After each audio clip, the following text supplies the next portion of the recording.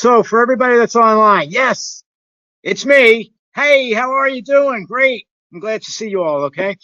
I have this on because I begin every one of our programs like this, and there's a lot of times that I'm standing in front of that 50-foot LED wall that's behind me, and I just didn't feel like doing that right now because it's cold in this warehouse studio that we're in, and I just wanted to sit down and cover myself up a little bit and try to keep warm.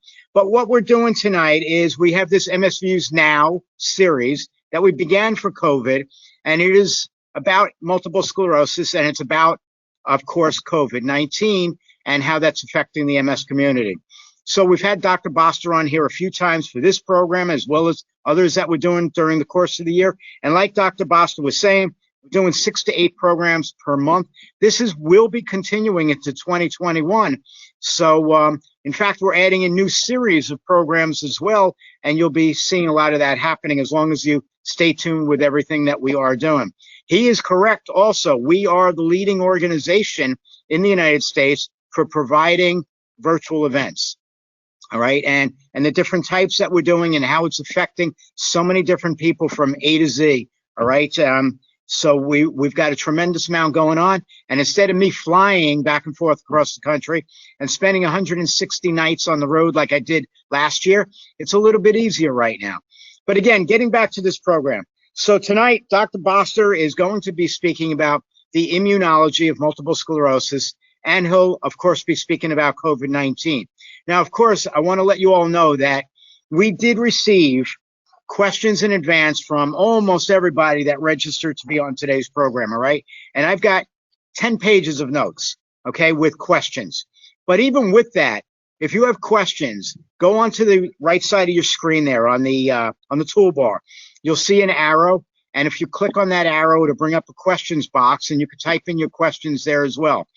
Please try not to write it a question about yourself, all right? Dr. Boster probably is not your doctor, all right? And he can't answer a question as if he was your doctor. And even if he was your doctor, he couldn't disclose that he was your doctor or about your MS on or in public, so he can't answer it like that.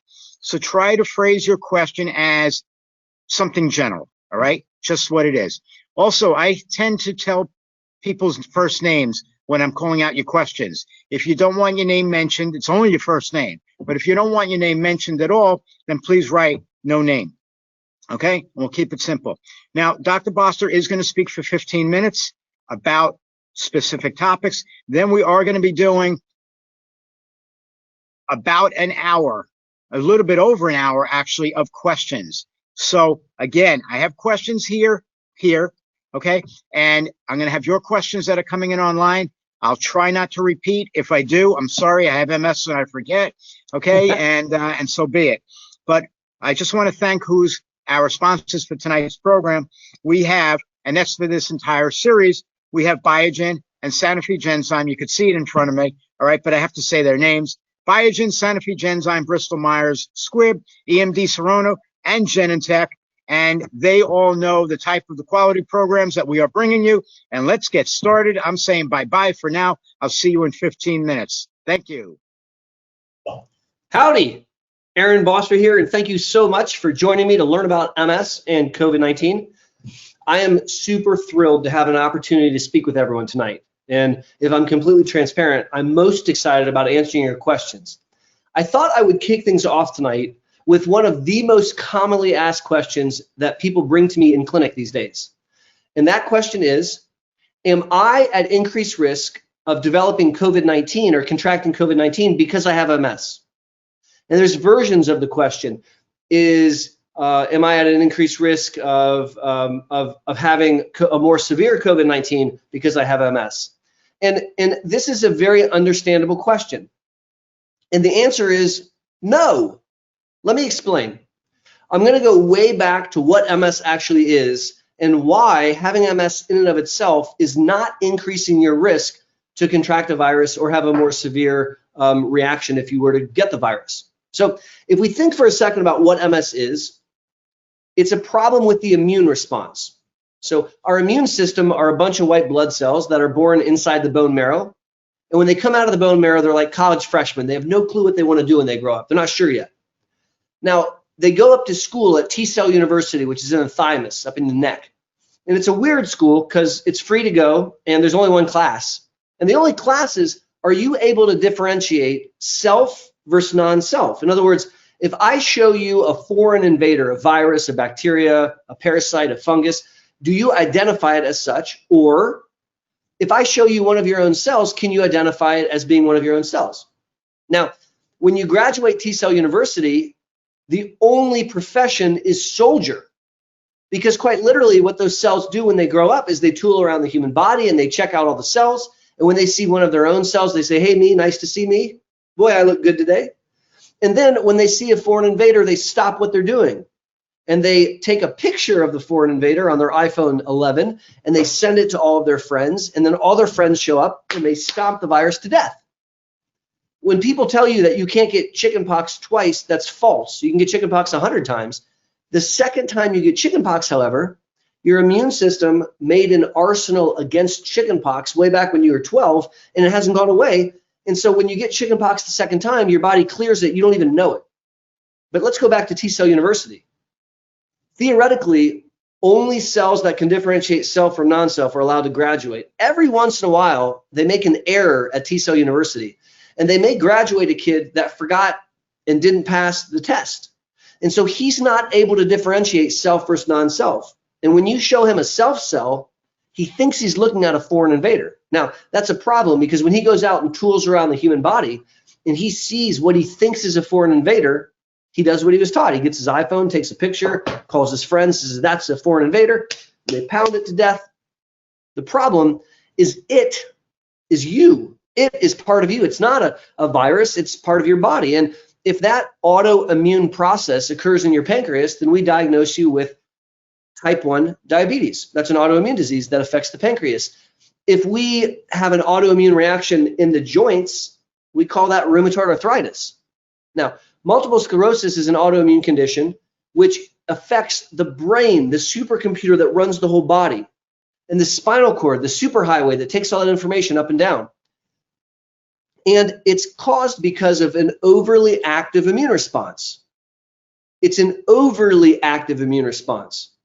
If you'll notice that people impacted by MS get sick less often than their family members. They just don't get the cold as often. And I think that's in part because their immune system is kind of revved up. When we go back to this question of COVID-19, and really I like to divide the question in two. What's my risk of contracting COVID? What's my risk of a severe infection if I get COVID? And does my MS impact that? So let's break that down. The risk to contract COVID has nothing to do with your medical history. It has nothing to do with MS. Your risk to contract COVID has nothing to do with medicines that you're taking. The risk to contract the virus has everything to do with being exposed to the virus. So, for example, if you lived in your basement for like the next year in a bubble and had hermetically sealed food mailed to you that you then nuked and ate, you would never get COVID because you never come in contact with it. Now, when we talk about social distancing, when we talk about wearing a mask like Stu had on just a minute ago, when we talk about sanitizing your hands after you touch anything, when we ask you not to join family members at small reunions, it's all geared at lowering the risk to contract the virus. And that has nothing to do with your MS. Now, what about if you contract COVID, does MS make it worse? No. With the one exception of if you have severe advanced MS and you're not able to move your arms and legs, then that would be a risk factor for a more severe disease. But barring that, no. Having MS in and of itself does not increase the risk of a more severe COVID infection. Now, there are things that do. Diabetes, high blood pressure, high cholesterol, other cardiovascular risks like morbid obesity. Smoking increases that risk. Being a man increases that risk. Being over 60 increases that risk. But having MS does not. And my last comment before we open up the lines and have what I hope is a very robust discussion is that if you're on an MS medicine, certain MS medicines do not increase the risk of a more severe disease. So for example, if you're taking a shot, if you're taking Copaxone or any of the interferons, for example, we don't believe that that's going to increase the risk of a more severe infection. even the highly effective drugs, there's an ongoing discussion and debate about how much they actually impact the risk of infection. I am actively treating people impacted by MS every day. That's what I do for a living. It's my passion, actually. And we have held very, very few doses through this global pandemic because we can mitigate the risk by staying out of the fray, and we can keep your MS under control. Now, the last comment before I open up the lines and Stu jumps on and we answer questions the rest of the evening is this. There will one day be a time when we don't have a global viral pandemic. It will end. Now, I don't think it's going to end tomorrow, but I do think it's going to end in the next year or two. And you're still going to have MS. And I don't want to hold an opportunity to treat your MS for a year or two, and then on the other side of the pandemic, when it's over, have a neurologically worsened patient who has had brain damage and spinal cord damage that I can't give back. So our plan at the Boster Center for MS is to treat you aggressively and help you mitigate risk. And with that, let's invite Stu back online, and we're going to fire it up with a bunch of really fun questions tonight. Hey, I'm back. How about that, right? Yeah, we got a lot of questions, and I was running around the room trying to keep warm while you were talking. So yeah, I got in some great laps here. So if I do say something that you already spoke about, well, I'm sorry, but there have been people signing on even while I've been running around the room, so they might have missed something. So we'll start from scratch again with that. For those that are new to coming online, I am Stuart Schlossman, president founder of MS Views and News. I too am an MS patient. Not everybody knows that, but now at least you do, right? That's the important thing. So we are here with Dr. Boster for about 90 minutes. Again, as I'm talking, the screen is lighting up. More and more are still coming online. All right, so for those, again, that just tuned in, Dr. Boster has been speaking for 15 minutes.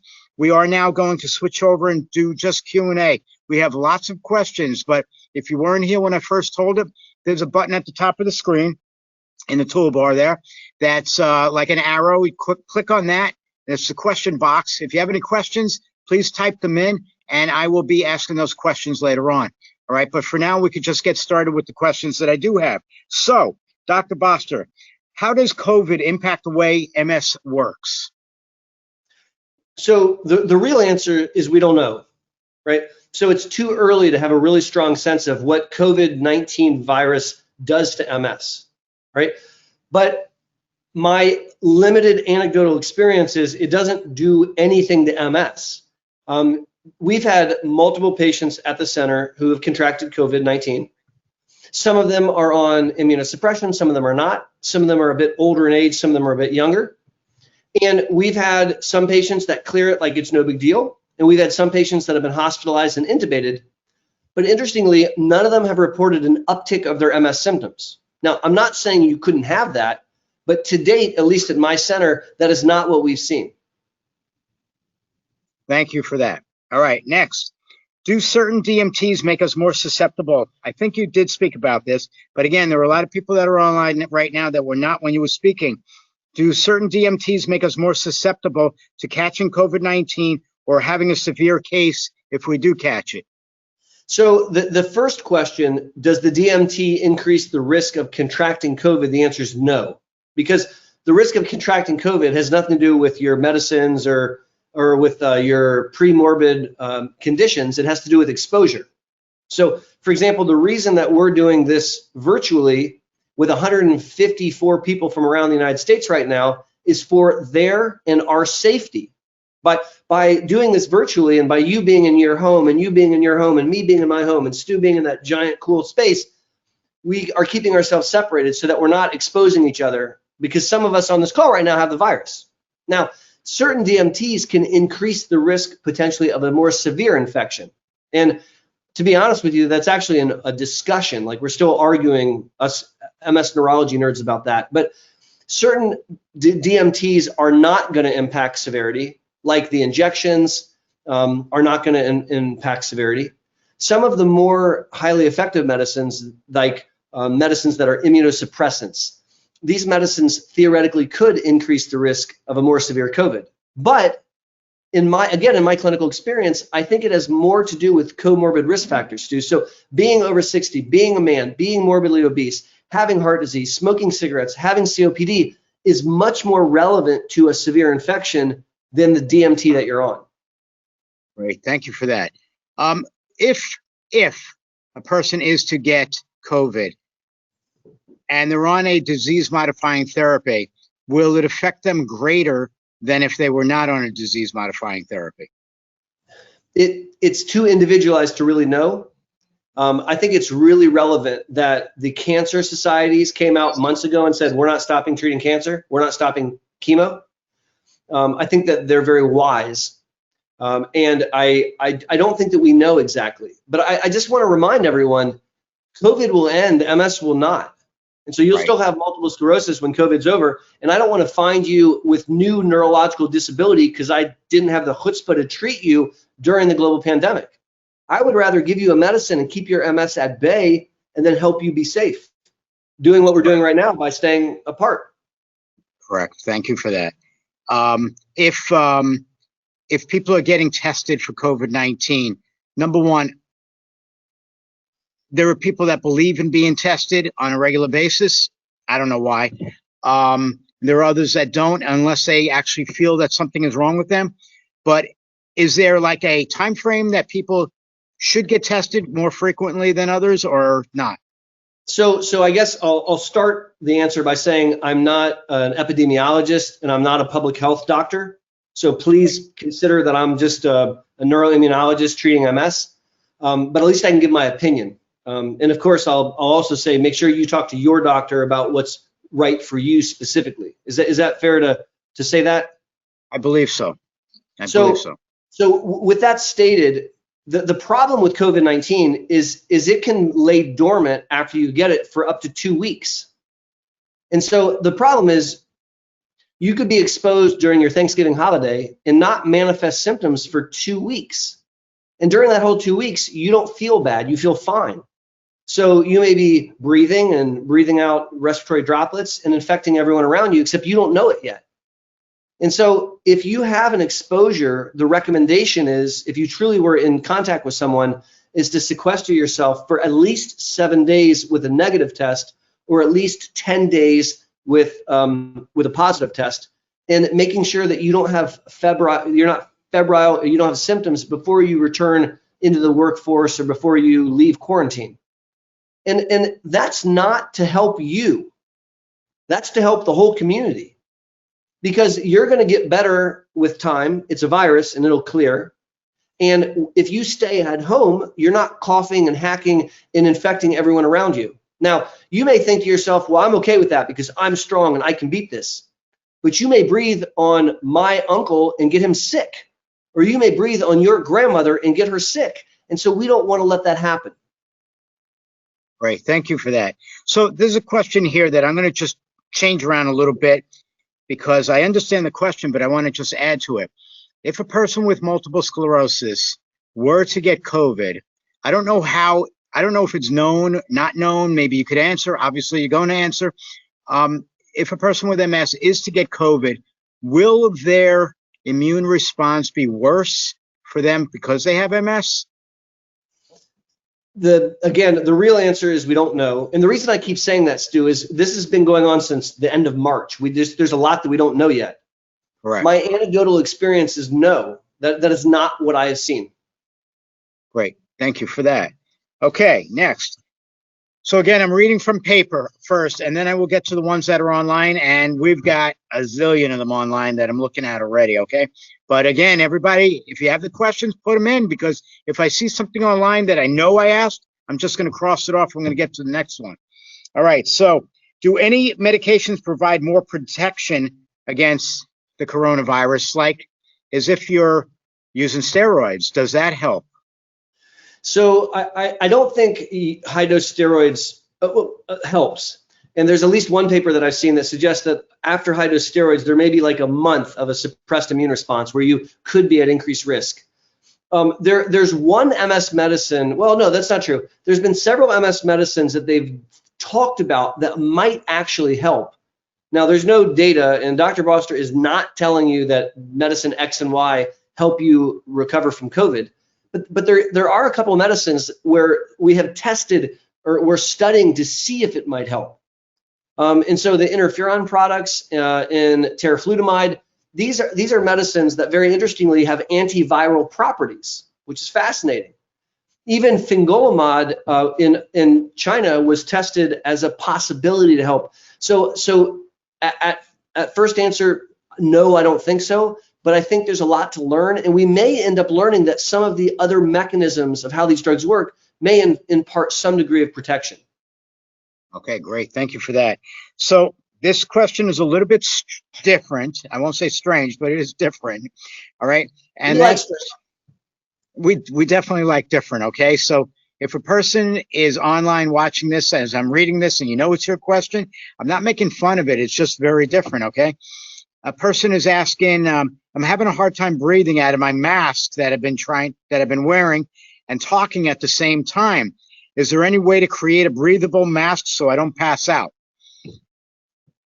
So when you wear a mask, you have an unusual sensation when you're breathing, right? Because when you suck in, you feel something against your face, and that can make you feel like you're suffocating.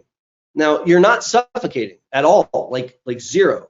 And this has actually been studied. And there's even on social media, you can see doctors wearing pulse ox where they can measure their oxygen and they'll run in a mask and show you that it doesn't drop.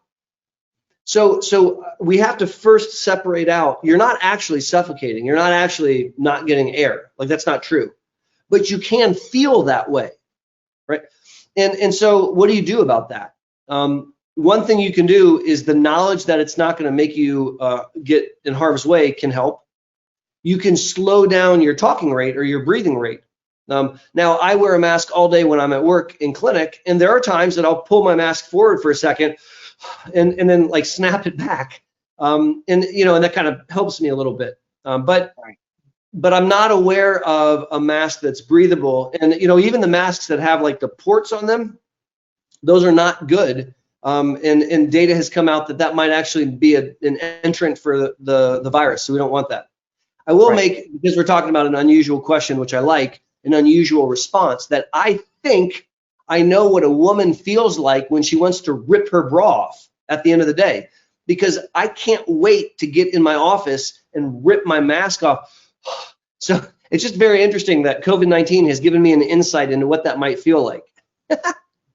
So I'm going to add to that. Thank you, though, for that answer. I'm going to add to that. This mask that I'm wearing, I love wearing this mask. It was made for me by an MS patient. In fact, I thought I was sending her a donation just because she's making them for a lot of people, and I figured it'd be nice. And then she sends me 10 of these masks. I can breathe out of this, but I know it's difficult for some people to hear. And so I'll just lift it up a little bit, and it's still protecting those that are around me because I can't spray out, but you can hear me better when I'm doing this. And so if you need a little bit of air, or if you need to be able to speak and people can hear you, you could just pull up from the bottom of it and let it go out. All right. That's all I'm trying to say. As we're talking about masks, let's take it a step further. Wearing a mask like this doesn't work. All right. That's not an okay way to wear a mask, because you can get viral or virons up your nose, in your eyes, and in your mouth. And so if you're wearing a mask like this with your schnoz exposed, you're not protecting yourself, and you're not protecting other people, because as you breathe through your nose, whoosh, all that air and all the respiratory droplets are spread everywhere. So wearing a mask like this is not wearing a mask. You need to cover your mouth and your nose.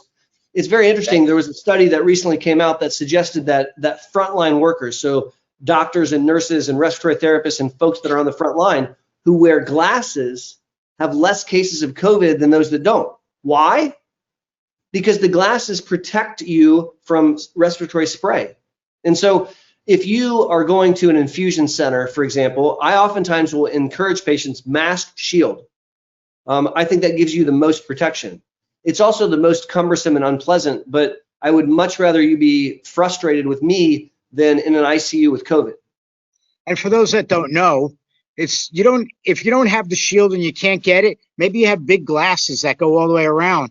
Like some people wear just because they get less glare when they wear that glasses that goes all the way from side to side. So that's very good to use as well. And then if you don't have that available, maybe in your garage, maybe you had safety glasses in there because you were doing some kind of something once and you didn't want something going in your eyes. Well, that plastic thing that goes above your eyes, that can be quite helpful as well.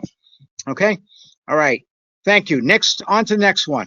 And now a person is asking, it's age related. All right. So, and I know this cannot, I know what your answer is going to be. I'll just say it like that because you're the boss. You have to do this right now. What specific vaccinations, any at all, would you suggest for a person with multiple sclerosis in their 60s to take? So that question requires a bunch of knowledge about you that I don't have, right? So there's specifics about you as a human being and your prior exposures that make it so I can't answer just globally. Now, there are standard recommendations for vaccines. And if I speak generally, I want someone who's 60 to have a Pneumovax. I want someone who's 60 to have a varicella vaccine against shingles. And I want them to have a flu shot. And nowadays, I want them to have a COVID vaccine when it's available. Now, again, Dr. Boster is not telling you to go out and have those because specific for you and your history and the medicines that you're on might alter that. But generally speaking, those are the things that I'm looking at. Great. Thank you for that. All right. At the start of the pandemic, we learned Geleni was being used in trial in China as a possible treatment for COVID-19. Have you seen this? Has there been any further investigation into the study that you're aware of? No. I was very excited when I first heard about this very early on, actually in March and April, and I haven't heard anything else about it, and I haven't seen anything in the medical literature. Now, that doesn't mean that it's not working or that's not still being studied, but it does mean that it hasn't hit the press in a way that has caught our attention.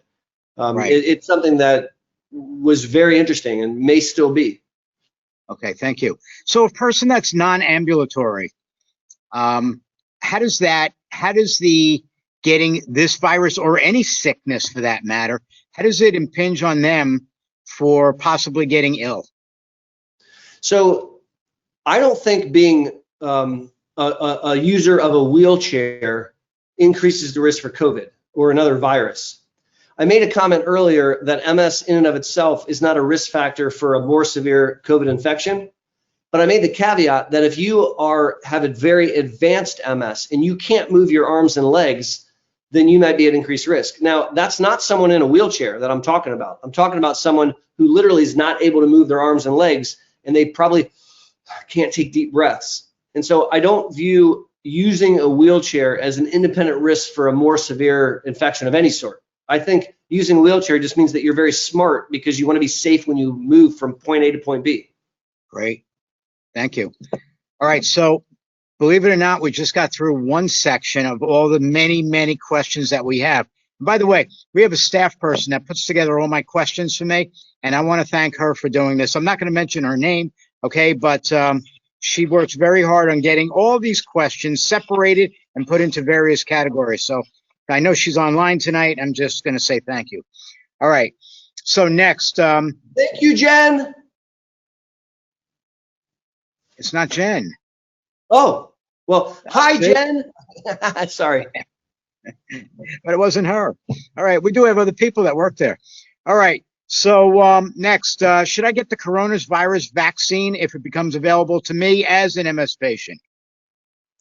In a word that rhymes with Hess, yes, probably. Great. Now, Good. There's a bunch that we don't know about the vaccines, right? So it's not going to be until early December 8th, so soon, but still not here, that we're going to see the very first readouts on some of these 10th. Okay, even a little bit longer. So the point here is today, all we have is top line data. We just have like 85%, 99%. We don't have the details. And so before any doctor can answer for you, we're going to need to see those details. And as you can imagine, I'm super anxious to get a hold of them. And for those of you that know me, I can't wait to read it and turn around and make a YouTube video and share it with everybody. That's right. That's right. So that'll be coming. I can't wait to see what the beginning of the video is going to look like and what he's going to have out there for you, right? The reason why I said the 10th is because the Pfizer is doing their report with the FDA, all right? And it is public. So I don't know if you all have had access to it, but I've seen and I've gotten links to listen to the video. If you haven't, just go to Google and search it, and this way you can listen to it as well. Okay, I'm sure they'll have a lot of viewers that day. To talk about the vaccine a little bit, at least the parts that we do understand, we generally we almost always try to avoid live vaccinations with MS. Right.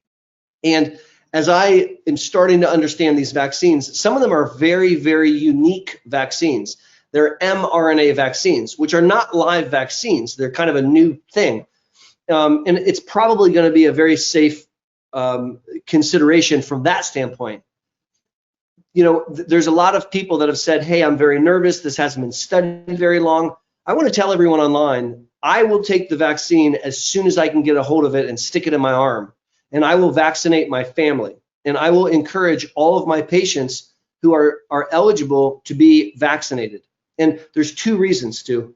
Of course, I want to help myself and protect me from a COVID infection. But more importantly, when you take a vaccine, you're really helping people in your community that are at high risk. So if you vaccinate 90% of the community, the folks that live in a nursing facility, the folks that are of advanced age, the folks that are really, really ill, who would be at severe risk of a fatal infection, are going to be protected because the virus can't find a home. And so if you want more details on that, I actually put out a YouTube video on Monday about that exact topic. Suffice it to say that I'm very passionate, and for the first time, I'm going to say I'm a proud pro-vaxxer, and that I really, really strongly encourage us to consider taking this vaccine, not just for you, but for your family and your community. So hitting on that, though, I think most of the world heard, or most of the United States heard the other day about the side effects that can be had from getting the vaccine, not maybe with shot 1, but with shot 2, and that is to get severe flu-like symptoms.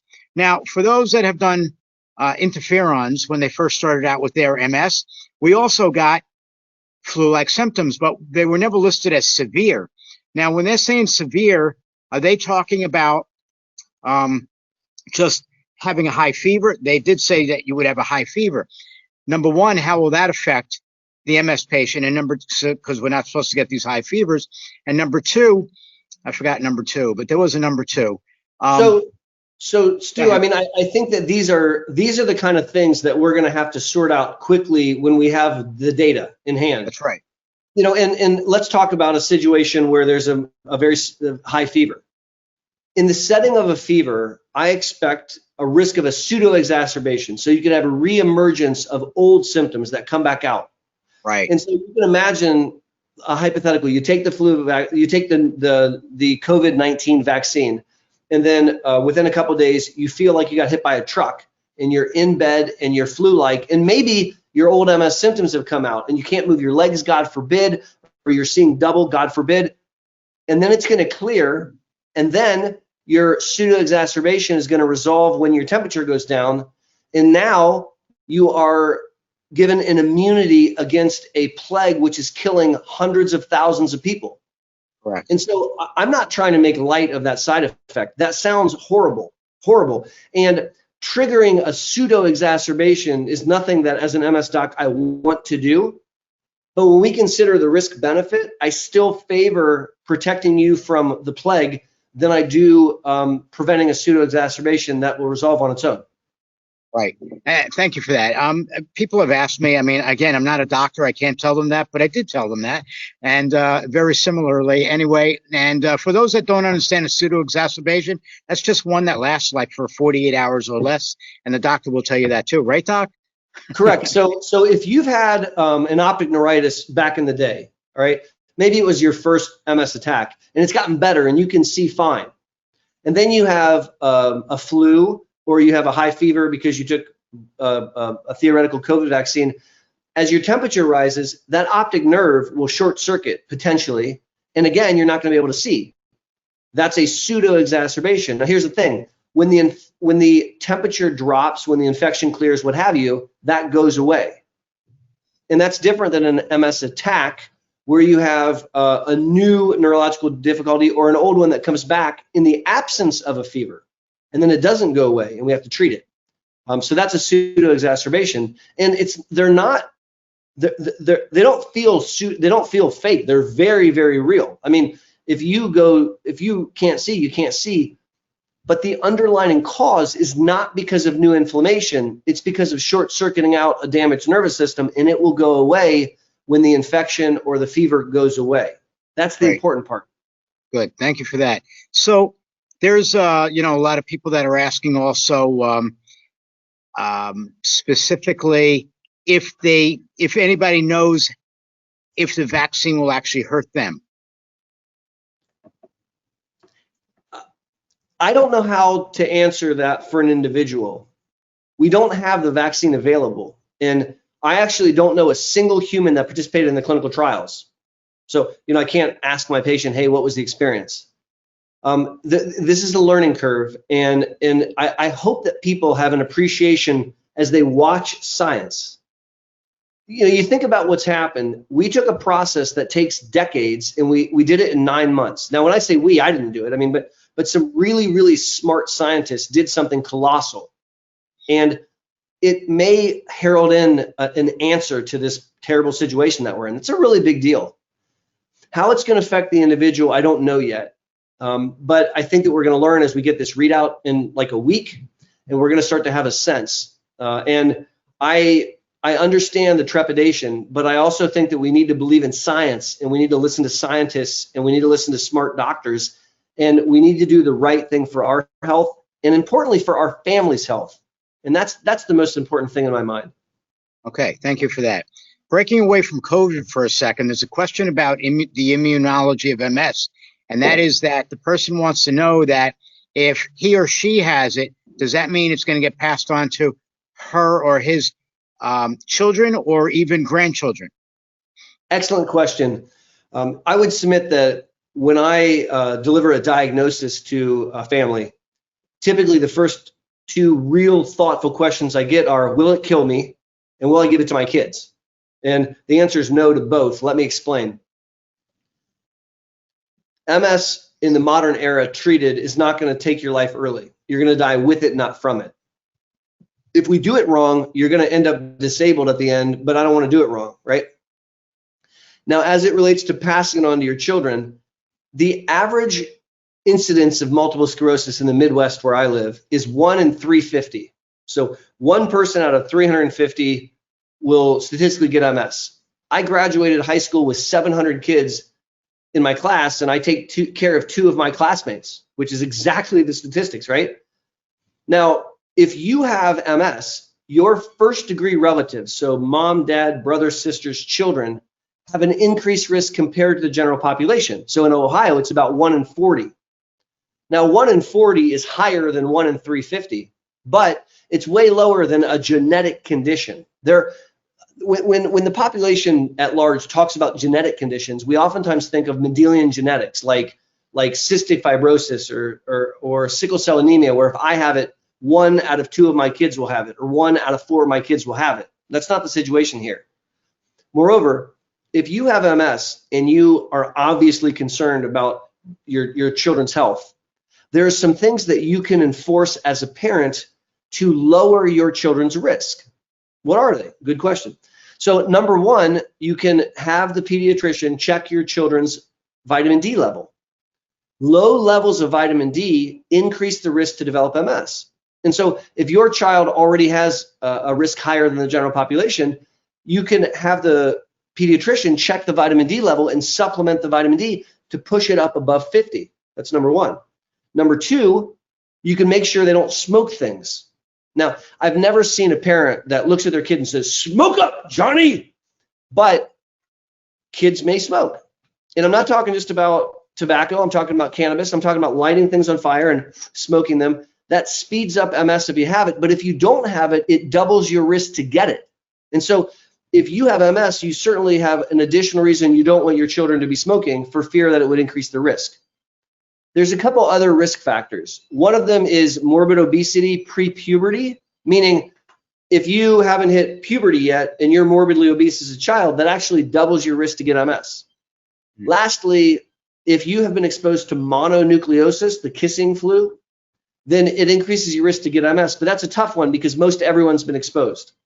My point here is it's not a foregone conclusion that yes, your children will have MS. On the contrary, their likelihood is not that high, and there are things that we can do to lower their risk, and I think that's really important. Great, thank you for that. All right, now another question that a lot of people are asking is how often they are going to need to get vaccinated for COVID. Don't know, right? So we're not sure yet. I was actually talking about this today, and the conversation, I'm wondering whether or not COVID has become endemic. So if you think about another virus that everyone is familiar with, influenza, the flu is part of our life. There's a flu season. Say, okay, well, it's flu season, and we have flu shots, and each year we have a new flu shot to protect us, hopefully for that year. I don't know yet, but I wonder what's going to happen with COVID and whether it's going to become endemic and we're going to need to constantly re-up. Or if it's not, it's the worst one-hit wonder of 2020 and we won't have another viral pandemic for another 100 years. I don't know yet. I think that it's hard to watch science as it unfolds. It's easy to look back and say, measles was bad, we fixed it, goodbye. But you have to keep in mind that that story that I just said with those two sentences lasted hundreds of years and hundreds of thousands of people died. And it took a tremendous amount of science to get us to the point where we could eradicate that infection. So I think it remains to be seen. I think that we all need to strap in and buckle up, and we need to be ready for this to last a lot longer than we thought. I'm going to be honest, Stu. In March, when you and I started to talk about COVID, I thought it was going to end when it got, right, change in weather. I did. I thought that it would be transient and then it would be done. And I was really wrong.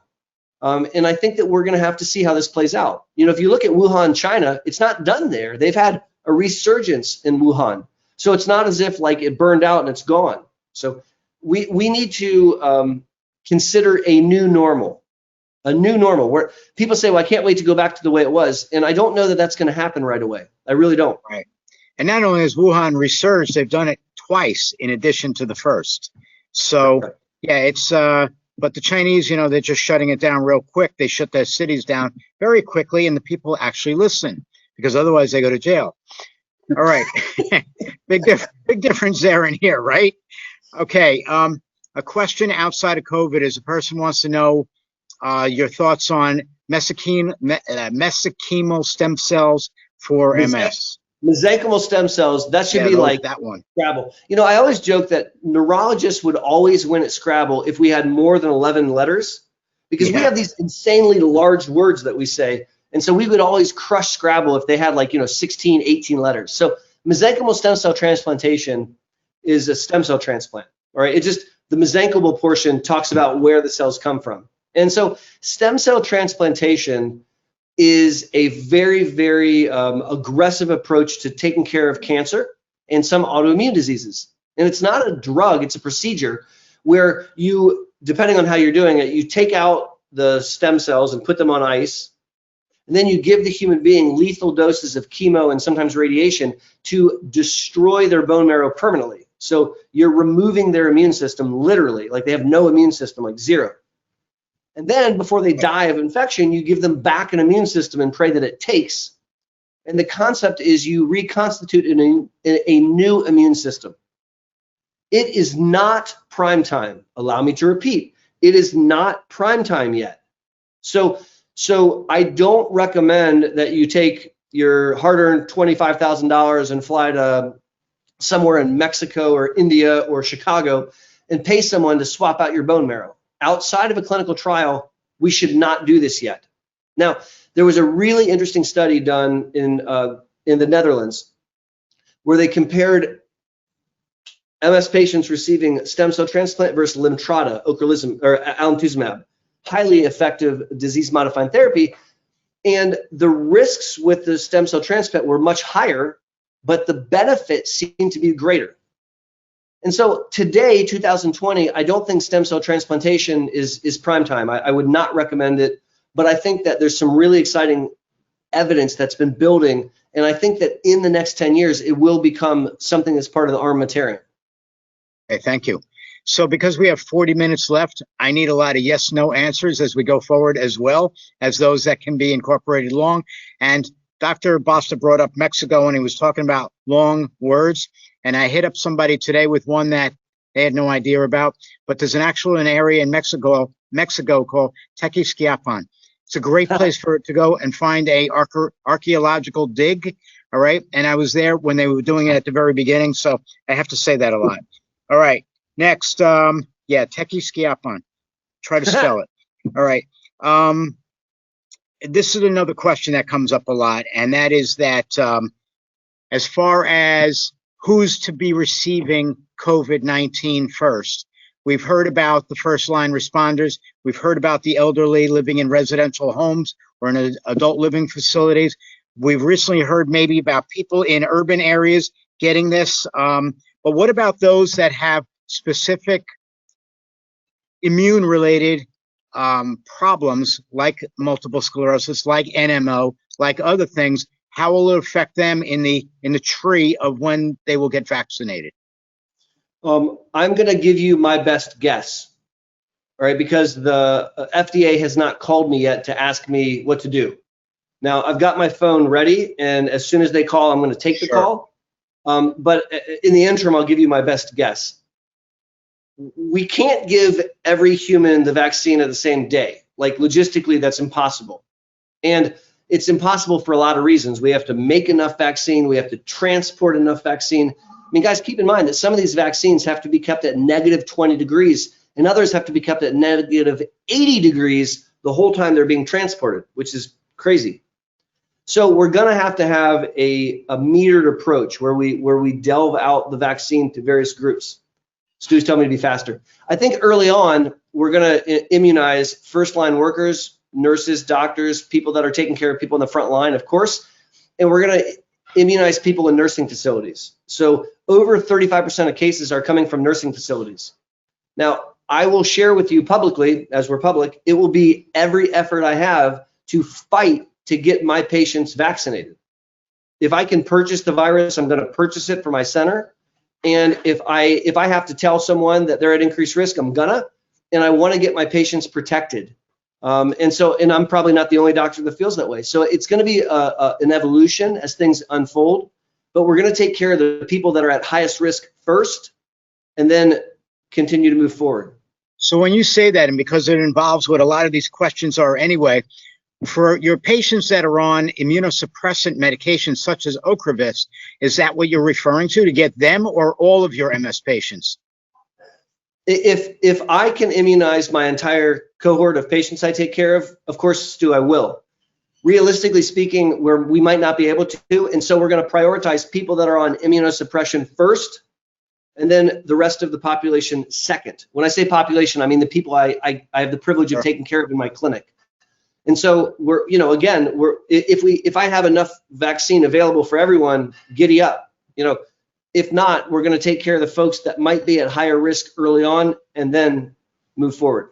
Right. But I know you live in Ohio, but I don't know if it gets cold enough for you to refrigerate there. So yes, it's cold, but it's not -80. Right. Sometimes it feels like it.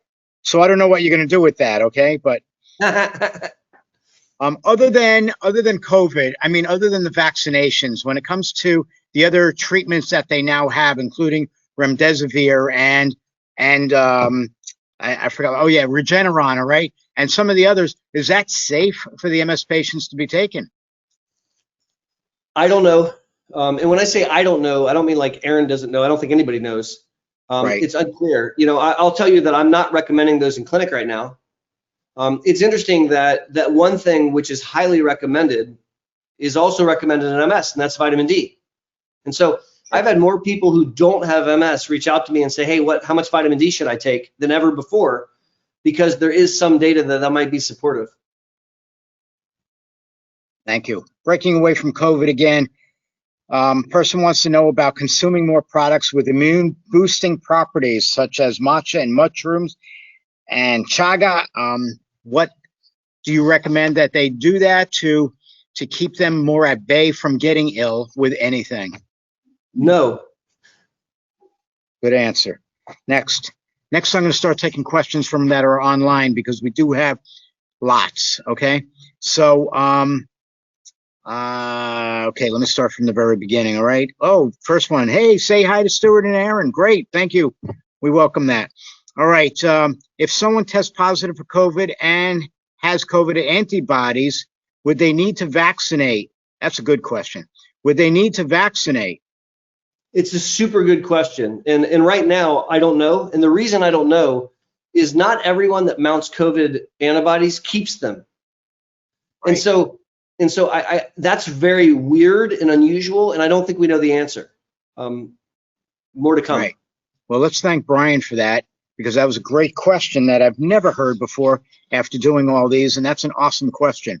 All right, so next, I got to read these questions real quick, just make sure we haven't already discussed it. Patients depends on whether, okay, okay. So going back again, you said it while you were talking, I believe, but will a patient be able to use it? We know it's right now it's not live, but if they did have a live vaccine, would it be suggested for the person to take it? Traditionally, MS neurologists have avoided live vaccines as much as possible because there's a consideration that the live vaccine could cause a mild infection and then trigger an attack or something like that. When you look at the actual data, however, that doesn't really bear fruit. And the only vaccine that consistently triggers an attack is yellow fever. So most Americans that don't travel outside the United States are not required to receive a yellow fever vaccine. If the only option was a live vaccine for COVID, we would have to kind of balance the risk benefit of it. And I still think it would probably be in the favor of the human to take it. Now, that's a very bold statement. And right now, that's just conjecture on my part. As we learn more, we'll be able to flush that out and add some science to it. Great. Thank you for that. Before I ask another question, I just want to let you know that Diana loves your definition and explanation of the T-cell university. So say thank you. Okay, great. Next one. By the way, I could talk to Dr. Boster like this because we've known each other for a very long time and we are good friends. Okay. And I'm sorry if you guys think that, hey, Stuart's being rude to Dr. Boster, but I'm not. He and I joke around all the time. Okay. Yep. Great. All right, cool. All right. Next, Reza says, again, not COVID related. She's getting blood in her urine and she's been on Ocrevus for a few years. She wants to know if you think that there could be anything that's from Ocrevus that might be causing that. No. Okay. Next. What is the definition? What is the impact of interferons when dealing with a COVID infection? Actually, COVID active. So again, we don't know the answer. If you were taking an interferon beta product for MS and you got COVID, I would not stop the interferon beta product. I wouldn't stop the therapy while you were trying to convalesce from COVID. There's some really kind of cool, interesting questions that have been asked about whether interferon products could actually help, but we don't know yet. And so I'm going to keep on keeping on with your injection while I take care of, while we allow you to convalesce and keep you safe from COVID. Okay, thank you.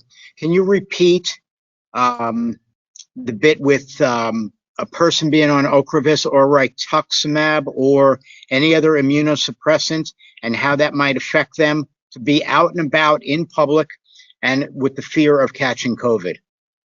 So we're talking about a class of medicines that are B-cell killers.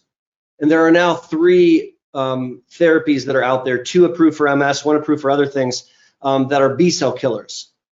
And what the B-cell killers do is they knock down the adult B cells. They don't mess with the stem cells, so those can grow back in 6 months, which is why a lot of the therapies are given every 6 months. And they don't mess with the rest of the immune response. So the question is, does that selective immunosuppression increase the risk of a more severe COVID infection? And there are some data sets that suggest yes, particularly with Rituxan, that there's an increased risk not of death, but of hospitalization if you get COVID. There are other studies that say the opposite, that it's not an increased risk. And when Aaron, look at all the data, what pops out to me is that many of the patients with Ocrevus that got hospitalized had comorbid risk factors. So the way that I can answer the question is I need to know your age and I need to know your comorbid risk factors. If you are a 20-something woman who is otherwise completely healthy on Ocrevus, that's a different risk profile than if you're a 65-year-old gentleman who has smoked for 25 years and has heart disease and is on Ocrevus. Those are not the same risk. And I'll be very honest with you, I'm less concerned about the Ocrevus than I am about all the other risk factors. Right. Thank you for that. All right. A couple of people that you have answered their questions, they all want to say thank you, and I'm just going to tell you that like an open thing. Some of the questions that I am asking Dr. Boster are multiple questions from a lot of people. So if I'm not saying your name, it's because your name was bundled with a whole bunch of others, and I didn't want to be going back and forth through the list, okay? So sorry for that. I did want to say that there is a person on here who actually has MS, and imagine that, and who works with a cousin of mine, a niece of mine up in New York. And so, hey, Wendy, thank you for being on here. Okay, great. All right. Next, DMTs, do they give you a higher chance of getting a cancer? It depends on the DMT. So the vast majority of DMTs, the answer is no. So all the injections, no. All of the pills, can't say that. So Stu, am I allowed to say generic names of medicines, or should we avoid that today? You could even say if they're not generic. All right. So I don't view Tecfidera or Aubagio as increasing the risk of cancer. There may be a small risk with the S1P1 receptors. So that's Geleni, that's Mayzent, that's these class of medicines that are S1, these pills that you take, and they might increase the risk of some cancers, and that's in their label. If you look at Ocrevus, it doesn't increase the risk of cancer, and that's actually been well studied now. If you look at, for example, alemtuzumab, Lemtrada, or Mavenclad, cladribine, those in their package insert increase the risk of cancer by a little bit. So it's really drug specific, and it's not all cancers. So for example, with Lemtrada, alemtuzumab, there's a 0.3% increased risk of melanoma, 0.33%. There's a 0.3% risk of thyroid cancer and a 0.2% risk of lymphoma. So, and there are no other cancers that we see. So it's very specific to the drug, and it's very specific to which kind of cancers we have to be concerned about. And it's very specific if you smoke. Correct. So there are lots of other ways of increasing your risk for cancer besides the stuff I just talked about. In fact, much better ways to increase your risk for cancer. Smoking might be the very best way to increase your risk. That's right. So there's a lot of people that I know that are concerned about the different DMTs. I've seen them locally. All right. And then I go around the corner of a building and I see them out there puffing away. And I'm like, are you serious? You're afraid of this med and you're sitting here puffing away. I mean, so, you know, one of the most scary statistics that I took away from the early pandemic was the death rate in Wuhan, China, amongst men who smoked. It was 14 times higher than if you didn't smoke. Now, it's hard for the human mind to conceptualize 14 times. So 2 times would be double. 3 times would be triple. So it's 14 times the risk of death if you smoke cigarettes. So if there's never been a better reason to quit smoking, it's COVID. Right. Very good. Okay, thank you. Now, Kelly is asking a question that's a little bit long, but I'm going to ask it long and you could answer it short. How's that? Can you provide a simple chart that lists the different DMTs and the percentage by which you believe they increase the severity of disease outcome, MS, should you contract COVID, I guess? She just wrote, should you contract, all assuming that there are no other risk factors. That is a rather creative, complicated question. My real answer should be, no, I can't do that, but I'm going to try anyways. Short. I think that the immunosuppressant drugs, so Lemtrada, Mavenclad, to a much lesser extent, ocrelizumab, Kesimpta, these are medicines that might increase the risk to a moderate degree.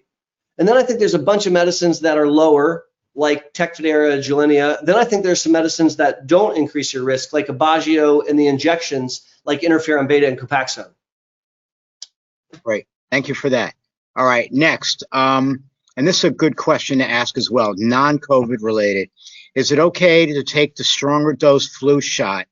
I'm over 65, and I took the regular dose flu shot once, but I wasn't sure if I should just take regular or something stronger. That's a good question. It's a tricky question. If you've already been dosed with the flu injection, I'm not sure that I would double it up. Again, I think we'd have to kind of look at your risk profile, and I would ask you the question, do you feel like you're at increased risk of contracting flu? Like what goes on in your lifestyle? So I think that, first off, the person that asked, her name is Martha, and I'm wondering if Martha is stating that she may have done a simple flu shot in the past, but maybe she should do a stronger one going forward now that she's at the age that I mentioned before. So yes, I mean, as long as it's a dead vaccine, I'm going to recommend that we do it. And the flu kills people, nowhere near like COVID, but I mean, you know, there are thousands of people that die annually from the flu. It's nothing to joke about. And protecting yourself against the flu is a really good idea. So I do recommend that my patients with MS receive a flu vaccine. And yeah, as long as that flu vaccine is not live, I don't see any reason not to consider it. Okay, thank you. Those that have left, and I see that a couple of people have left, those that have left and they had questions, I'm not going through these questions because they've been asked also. No, that's fair. In some degree in the past. All right, so vitamin D, will this help a person fight potential COVID, or is it just good for everything else that they've heard about in the past? It's funny, vitamin D became really popular when I was in training, and it hasn't feigned. You know, and it seems like most conditions find a value in supplementing vitamin D. It looks like there may be a value in supplementing vitamin D when you're dealing with COVID, actually. And so I recommend it for all of my patients for obvious reasons related to MS, but I think there's an additional value potentially in protecting against COVID-19. Okay, thank you for that.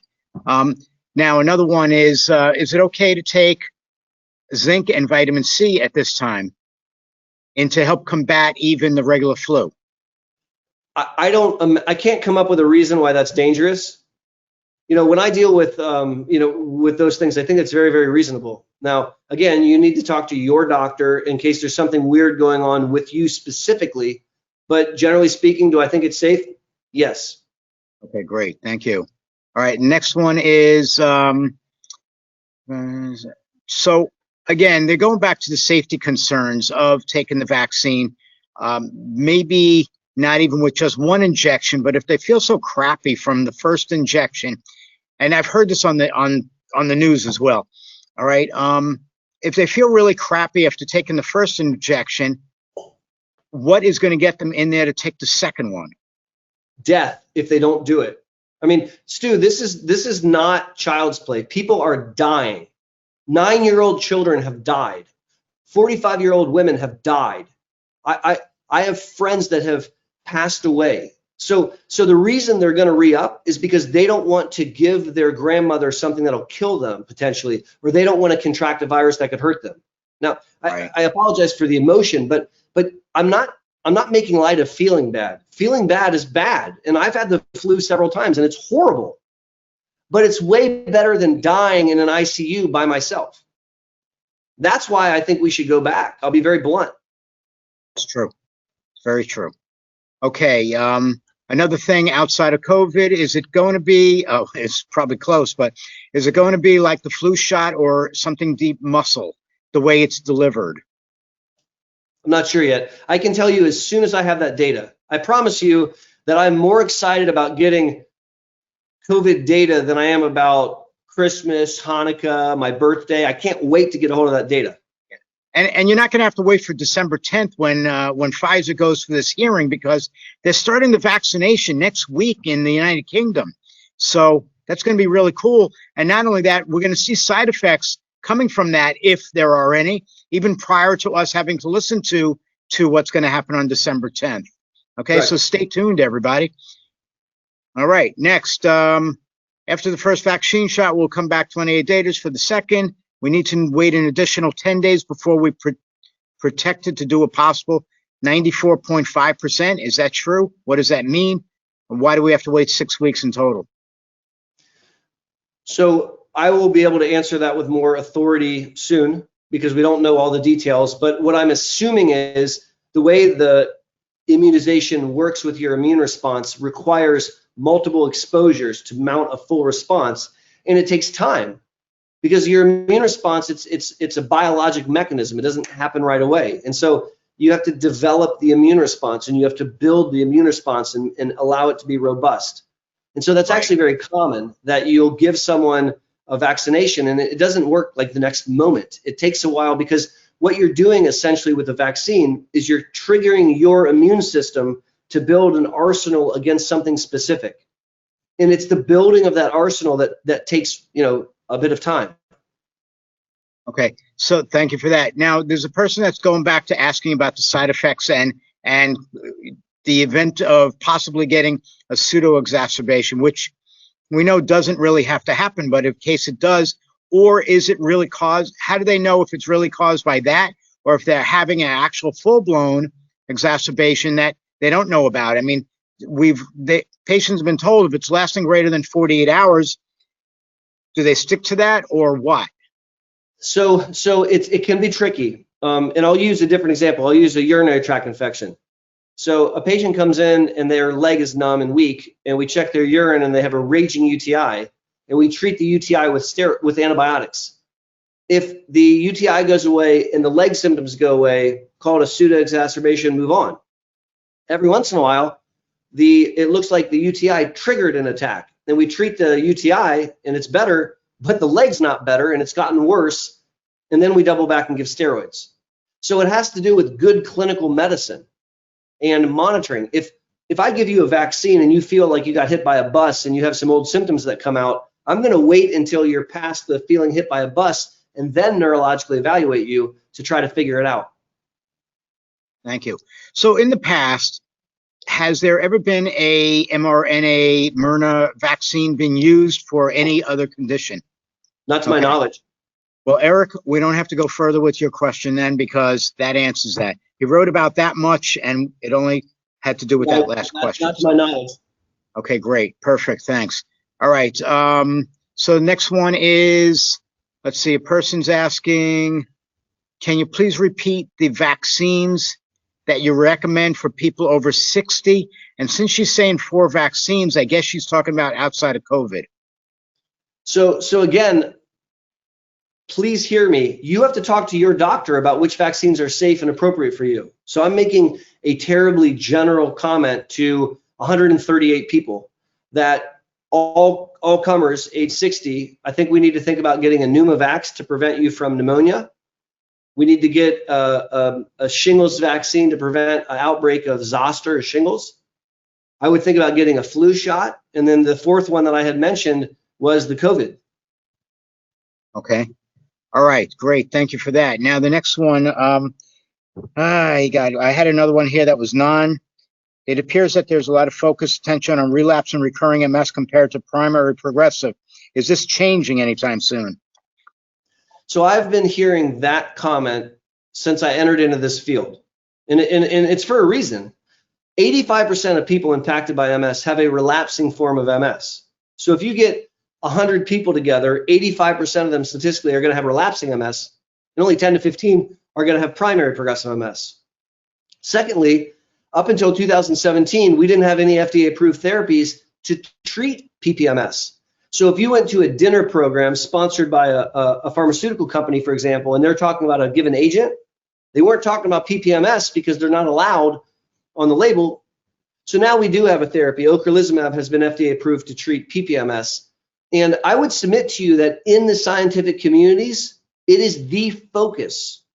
It's the focus of attention amongst MS scientific communities is progression. We have in the United States 24 FDA-approved products to treat MS, different formulations of MS therapies. They're all anti-inflammatories. And the scientific research focus is now on gray matter. It's now on progression. It's now on secondary progressive MS, primary progressive MS. So I would actually tell you that we have been hearing increasingly about progressive disease state, and I think that that's going to continue. Great, thank you. There's been a couple of people that are asking about if they should take more vitamin D than what they're already taking, and I've been answering them for you, only to say that they need to speak to their neurologist, because that neurologist needs to do a blood test. So I just wanted to make it clear and loud and just get your yay or nay on that, okay? What Stu said was correct. I don't want you airy-fairy, like filling your mouth full of vitamin D. I want your doctor to check a level and then to adjust the level that you take for the goal of above 50 and below 100. Stu, there was a very interesting article that came out by a journalist. It was passed around on social media. So if you go to my Twitter, I reposted it very early this morning. And this journalist, I think Rebecca Horn, asked like 15 of us, various MS neurologists from around the world, how much vitamin D supplementation we give and what goal of vitamin D range do we want to send. And guess what? There are 15 different answers, literally. Now, we all agreed it needed to be over 50, but that's about the only thing we agreed on. And you can check that out if you check out social media today. It was floating around. Great, thank you. So this next one, I know I'm going to screw up the word that I have to say, but I'm going to try to say it anyway, all right? It's one of those long medical words, all right? How do eosinophils, wow, I got it, wow, play into risk with taking a vaccine? So the eosinophils are one of the many different kinds of white blood cells, so immune cells. So when you talk about a white blood cell, there's 5 different kinds. Neutrophils, actually I'll teach you the mnemonic. Nobody likes my Easter basket, right? Neutrophils likes lymphocytes, monocytes, excuse me. Easter, eosinophils, basket, basophils. So those are the different kinds of immune cells, right? And we just glom them all together and say they're white blood cells. When your neurologist or your neuroimmunologist orders a blood count, a CBC, I always order it with differential. And that differential gives me all those details. So I can see your lymphocyte count and your monocyte count and your neutrophil count. Now, eosinophils are typically associated with allergies. And so an elevated eosinophil count, in my mind, has no bearing on anything. When I see an elevated eosinophil count, I just wave to it, but it doesn't impact my medical decision-making as it relates to MS. Okay, thank you. All right, Heather has a question, and she wants to know if you could repeat what you said about MS and smoking. Does smoking make her or anybody's MS worse? Yes. So if you smoke cigarettes, you double the risk to develop MS. So you're taking your risk of MS and you're doubling it. If you have MS and you smoke, you're speeding up your disease by upwards of 50%. So think about this for a second. The first line therapies that came out in the 90s that I consider to be mildly effective decrease relapse rate by 30%. Smoking cigarettes increases or speeds up the disease by 50%. It's a larger effect size to quit smoking than to take an injection. That's how impactful not smoking is. Okay, great. So going back to the trials for COVID, is it yet known if there were any MS patients in the trials? Unknown to me. Okay, thank you. All right, next is still like 100 questions to ask in 12 minutes, something like that. So we'll try to get through this quickly. You'll what? You'll be fast? Yeah, right. Yeah, sure. Do you see success with people using Ampera just once a day, the cause for retention issues, etc.? So Ampera is a medicine to help with motor fatigue and heat sensitivity. I love it. I find it to be really exciting to use. And it's dosed twice a day so that you can maintain a blood level. And I always recommend people take it twice a day. Some people can't tolerate the second dose because of problems like urinary retention or problems like insomnia. And I have had some people that respond to once a day. They're not supposed to, but they do. And they notice that once a day is okay. The majority of people, if you only take it once a day, it doesn't work. Okay, thank you. There are a lot of different people asking a lot of different things about taking their medicines or not, or waiting till after they're vaccinated. I'm telling them all to take it. Take your damn medicine. You need to Exactly. take your MS medicine. So I want you to be 4 for 4 in your fight against MS. I want you to not smoke cigarettes. I want you to supplement your vitamin D. I want you to exercise as part of your lifestyle. And for the love of all that's holy, take an MS medicine to slow your disease down. That's how we're going to make you the most awesome version of you possible despite having MS. And don't lose sight of the goal of living your best life despite having MS. Don't allow a irrational fear of COVID stop you from taking medicine that's helping preserve the neurological reserve, the brain. That's important. Okay, great. Thank you. All right. Next, we have that if a person has comorbidities and they have more than one autoimmune disease, what is the likelihood for them to get through this COVID stuff and the vaccine with the same efficiency as just having MS, or will it be worse? Might they have a worse reaction? We have no idea, but if I was going to guess, I would guess no. Again, that's just a guess. Okay. All right. Next, again, turning outside, is there, as we know, during pregnancy, the MS symptoms disappear. Are there any new initiatives to dig into pregnancy hormones' role in treating MS? This is an ongoing, exciting area of research. There was a paper that came out this morning that suggested that neuromyelitis optica, which is a cousin of MS, has an increased risk of attack postpartum, just like with multiple sclerosis. So that's brand new data that came out today. I mean, this is still a very active area. I'll give you another interesting tidbit. Men with MS that have low sex hormone, testosterone, have worsening cognitive impairment and progress in disability faster. And if you supplement their testosterone, they do better. So hormones do play a role. Now, we haven't been successful in figuring out a way to manipulate hormones. We did a trial way back in the day. We gave people estriol and Copaxone, and it didn't bear fruit. It wasn't found to be as helpful as we needed it to be. But I do think that's still ongoing, and there are some really great MS researchers around the country.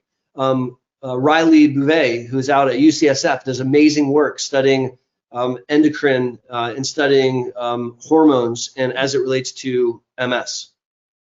Great, thank you.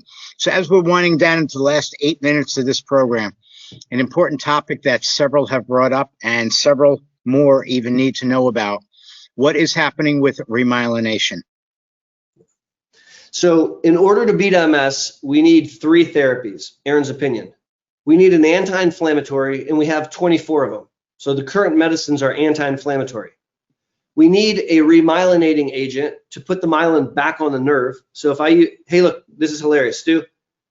This pen that happens to be, it's an MS Views and News pen. Oh, wait, I need you to show that name better. How funny is that, though? I didn't plan that, but look at that. Oh, yeah. So Great. if this was, I was using this as, if this is the axon and there's myelin that's been stripped away, we want to put the myelin back on. And we don't know how to do that yet. By the way, the third thing that we need is a neuroprotective agent, and we don't have that either. But as it relates to remyelination, it's been a very tumultuous road. We had our most promising agent, opicinemab, which is anti-lingo, fail for the final time just last month, and it really made us really sad. There are several other drugs that are still being studied and actively in clinical trials. And if I had to put my penny on the table, I think in 5 to 10 years, we will have a remyelinating agent, probably in 9 to 10 years, a remyelinating agent that will add to our anti-inflammatory, but we're not there yet. Okay, great, thank you. I have 3 quick questions to ask that are non-COVID related. I need really 4 questions. I need really fast answers on each of these. I'm 66 years old. I'm 66 years old and not on any therapy for 2 years now. Should I be? Yes, I would. Okay. If you still have an immune system that could attack your nervous system, then yeah. Great. Next one, can my intense itching be caused by MS? Yes. I have a YouTube video on pathologic itching in MS.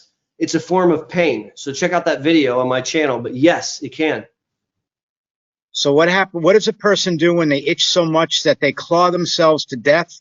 To death. They're not dead, but they claw themselves so bad that that they bleed like every night. We treat them with medicine to decrease neuropathic pain.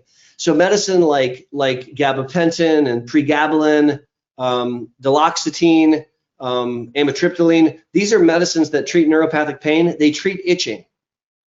I've had one patient in my 15 years who has profound pathologic itching, and we've never been able to control it, and it breaks my heart. But the vast majority of people that have pathologic itching, we've been successful treating them by using these medicines. Great, thank you. Before I continue with questions, I want to remind everybody that this is an MS Views and News program. This is Dr. Boster you're listening to. You're listening to me, Stuart Schlossman. I too have multiple sclerosis. I do want to let everybody know that this program, like all of our virtual programs and many of our in-person programs, all get recorded, okay? They get archived onto our YouTube channel. We've had over 100,000 views to our YouTube channel since the pandemic began, okay? And this will be no exception. This event will be placed on there, and people from around the globe are going to find out about it just so they could hear these answers that were being given tonight, okay? So I wanted to let you all know that in advance. We also want to thank those sponsors that are on the wall behind me, okay? You can see them, all right? They are big sponsors of this educational program series and all of our programs. So I want to thank them virtually as well.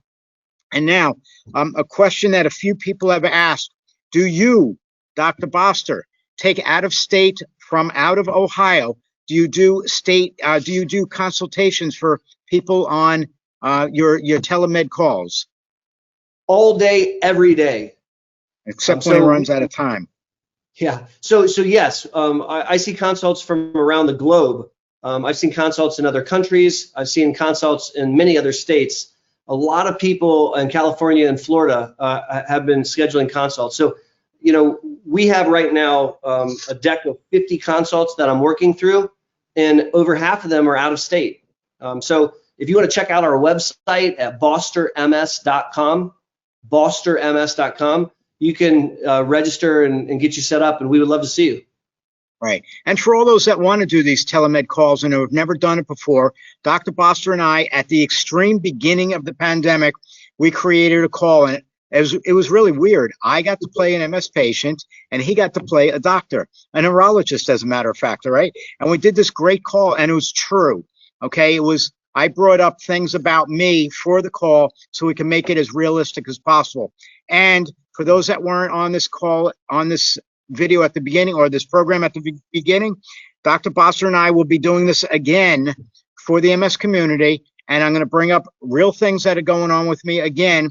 And we're doing this on December 12th. I think I haven't checked my calendar, but we're doing this on December 12th at 12 noon. And everybody in our database, including you all, because you're all in our database, will be getting emails about that telemed call that we're going to do. So hopefully we can get you online. We're going to do it as Zoom. I think Dr. Boster said we're going to do it through his channel. We'll set it up as Zoom, and if he doesn't want to, we'll set up from our end as well.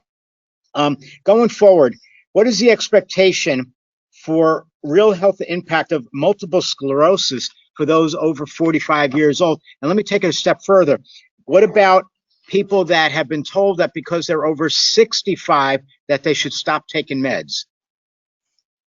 In my opinion, there is a plague infecting only MS neurologists, where they have the misconception that it's okay to be ageist and say to someone, well, you've had a good run of it, so now that you're a certain age, we can stop your medicine. And I think that's insane. So if you have a nervous system with features that you like swallowing or seeing or having an orgasm or walking up steps or hearing music, and you have an immune system that's attacking that nervous system, I want to prevent that. And I want to continue to prevent that until you pass away. I don't want to stop your therapy. Now, it is true that as we age, we're less likely to have an attack. But it's also true that we're less likely to rebound from the attack. And we're at increased risk of progression separate from attack. And the MS medicines, particularly the newer, more effective medicines, have been shown to slow both. So I can't stand it when my colleagues arbitrarily say, well, their immune system's a little quieter, so let's take them off drug. Stu, there was one study where they took a bunch of people who were, I think, over 60 and had not had an attack in 5 years off therapy. And the study had the audacity to write only a third had attacks, or only a third, I'm sorry, only a third progressed in their disability. Well, Right. that third was my friend. I'm not okay with that. And so I don't agree with that decision. I think it's medically wrong. Right. By the way, for all those out there that are told how well they're doing, remember, it's the medications that you're on that help you keep you that well. And if you come off, if your insurance company says, hey, we don't want to insure you anymore because you haven't had any attacks in years, tell them how much it will cost them if you do have an attack. So, okay? you know, To get you back to square one, you know? The attack itself, without having to pay for loss of work, just the ER visit is typically a couple $1,000s. That's before you take therapy. That's before you do rehab. That's before you lose work. That's before you use sick time. Attacks are expensive. And if you don't plan for a week off work, you know, so that you can recover from your attack that year, I would take a medicine. Right. Okay. Listen, there's a lot of questions. It's 8:30. I don't want to keep the doctor on all night because he too has to eat his dinner and get up the next morning and go back to work again. All right. There's a lot of questions that we unfortunately did not get to on paper as well as right there in front of me. All I can say is this: if it's something that you really need an answer for, you could send the email to me and I'll forward it on to Dr. Boster. And then you have to be all right that he may take a long time before he gets back to you, all right? We could answer it as best we can. Go ahead, Doc. You want to say something? I was just going to say, you know, Stu, invite me back and we'll finish the question sometime in the near future. Well, we can do that. And we could also do that the day of the telemed call. You'll just have to set aside 2 hours instead of 1, all right? Yeah. Yeah, and you guys could come back on there again and be part of that call and ask your questions at that time. I've gotten a lot of kudos. I'm not going to list them all, but I do want to thank everybody that is still online. I mean, there's still a lot of people online here, and we want to let them know that we do thank you all. And I know you're thanking us for doing this. I greatly appreciate you saying this. The doctor, he greatly appreciates you saying this, and I greatly appreciate that you're even here to listen to what's going on. But I need you to tell everybody that's part of your support group of what fools they were of not being on here tonight, okay? And I'm serious when I say that, okay? I'm really serious. And if anybody objects to hearing that, tell them to contact me because they're missing out. And instead, they're probably going around and asking everybody else these same questions without just hearing it from a professional like Dr. Boster, okay? So let's get it out there. Let's make our audience grow for these events.